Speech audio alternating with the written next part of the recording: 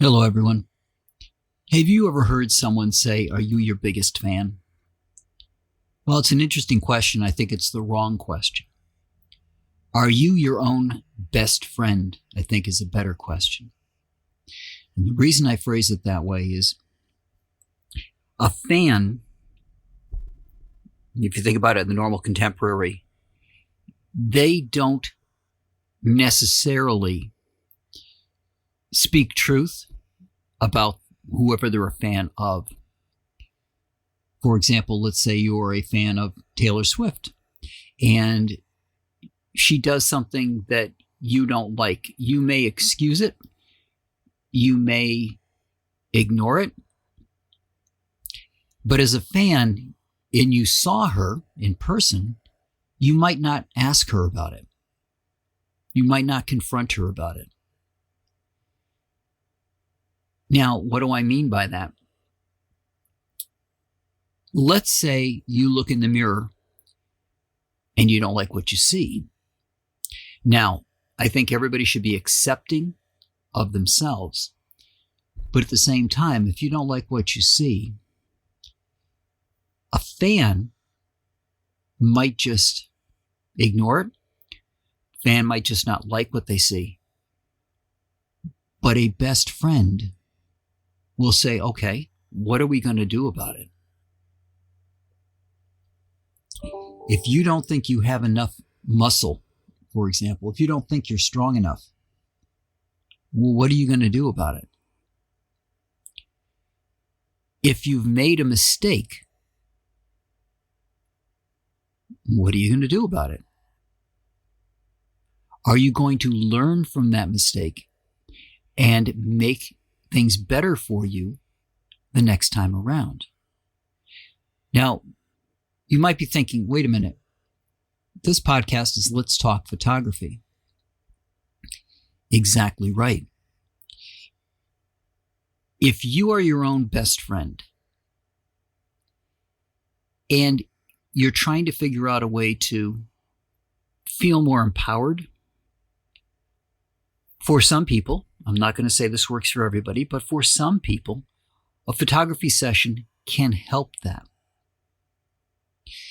If you're feeling things are rocky in your life and you aren't celebrating yourself, well, celebrate yourself. And again, for some people, having a photo session, getting, using a very old term, dolled up, and having your picture taken so you have a memory of that is one way to do it. Now, that's not the only way. You could just go out and treat yourself to a spa day. You could take yourself to dinner. You could go buy yourself something nice. There's a lot of different ways for you to do it. A fan in these circumstances might just say, go ahead and go out for an extravagant $1,000 dinner. A best friend would say, $1,000 is an awful lot to spend on dinner. Are you sure that that's going to be the right decision? Now, have I taken myself out to dinner? Absolutely. Is it a long-term thing? Absolutely not. Will I have anything to really remember it by? Not really. It's kind of a transient thing. You go to dinner, you have the meal, you enjoy your meal, you go home, and it's forgotten about within a day or two. But the point here is to not just accept yourself, but if you see an opportunity to improve yourself, your best friend would tell you to take it. Your best friend would help guide you along those paths.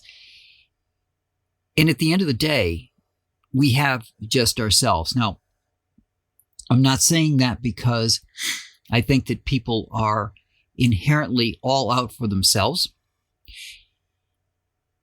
But everybody has a particular motivation.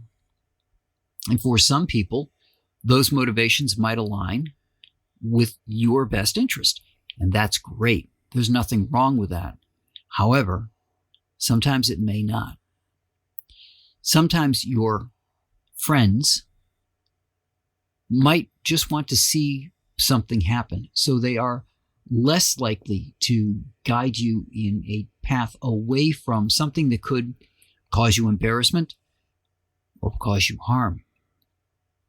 If you've ever seen those Jackass movies, I don't think they had a lot of friends that would say, hey, wait a minute, that's really a stupid thing for you to do. So what I think as we go into this new year, and as I've said, everybody should celebrate themselves. I think that everybody should be their own best friend as well. I think you deserve to have a best friend. And again, if that little voice in your head is telling you negative things or telling you something that you would not say to another person, don't accept that.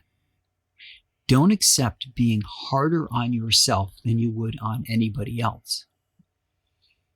You want this voice to be your best friend. You want this voice to look out for you. Basically, you want this voice to be your life partner. And let's face it, we're stuck with ourselves for our entire lives. So wouldn't it make sense to make sure that we accept ourselves and that we treat ourselves with dignity and respect, and that we go through our life making ourselves better, putting aside hate, putting aside bias, recognizing when those things percolate up and then setting it aside. I think that's the best way to approach 2024. I think we need to be an advocate for ourselves. At the same time, having those difficult, possibly painful discussions with ourselves about what we're doing, the path we're on, and what we can do to make things better. Now, just like any best friend, if they can't come up with a way to help you, they will seek out someone who can. There's nothing wrong with getting help. Now, that help might be a financial planner. That help might be the bank. That help might be a psychiatrist, social worker. Going to someone who has the expertise to help you is something your best friend would say to you. So this year, be kind to yourself, celebrate yourself, and support yourself. And that's what I got for you for this episode, and I will talk to you guys all next week.